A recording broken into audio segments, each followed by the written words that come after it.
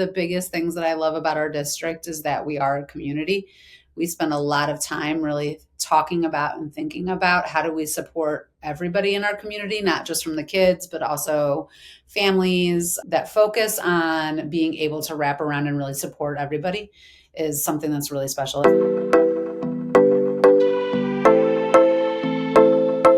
In prior years, we would sit down and problem solve when you had like 5 huge explosions and things like that. So it was a very reactive way of identifying and supporting kids. We've gotten a lot more proactive now.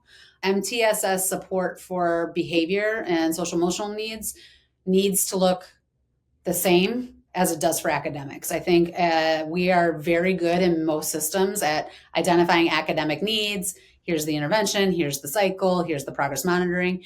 My realization has been you can do the same thing within the world of SEL MTSS. You just have to use different pieces of data.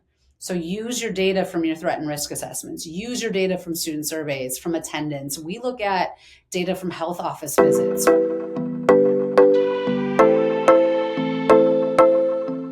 First thing that we've done is we have actually been using SEL screener data for a few years now. We use that to help us identify specific kids. The assessment tool that we use has a teacher response, and then it has a student response for kids 2nd through 8th grade. And so we can compare the data about what the child is saying they need versus what the teacher is saying that they need. And that helps us do the first initial run through of who might need some additional help. And we use that then with our teams to say, what's the intervention planning and support that we're offering?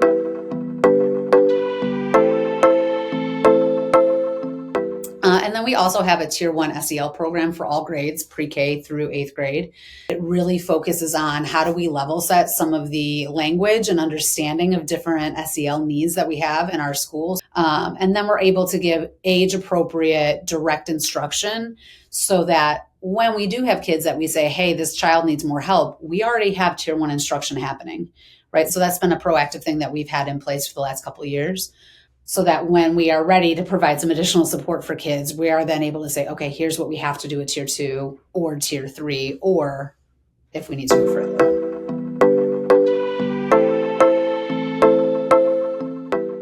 Canopy Case Management for us has been really helpful because it all lives then in the branching mind system, which we already use for our behavioral incident referrals. We already use it for our MTSS plans.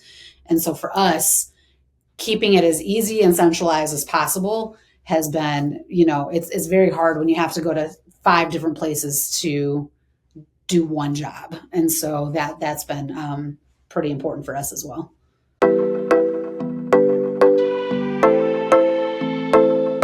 I'm super excited at being able to create a lot more targeted and supportive support plans for kids, and looping in the people who need to know, being able then to share, hey, this is the pattern we've noticed. Here's the SEL intervention plan. It's also really nice to have all of that information readily available, and we can easily give that to families.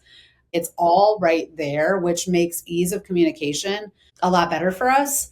This is a lot easier for us to be like, okay, we have all our things in, let's download this, send it off to the family so they know exactly what we talked to their child about and can better partner with them. When you have a school leader and a team of educators that's really committed to it, it makes a big impact, and you see it then in their academics as well, right? You have a decrease of behavioral incident referrals, you have an increase of students making expected gains.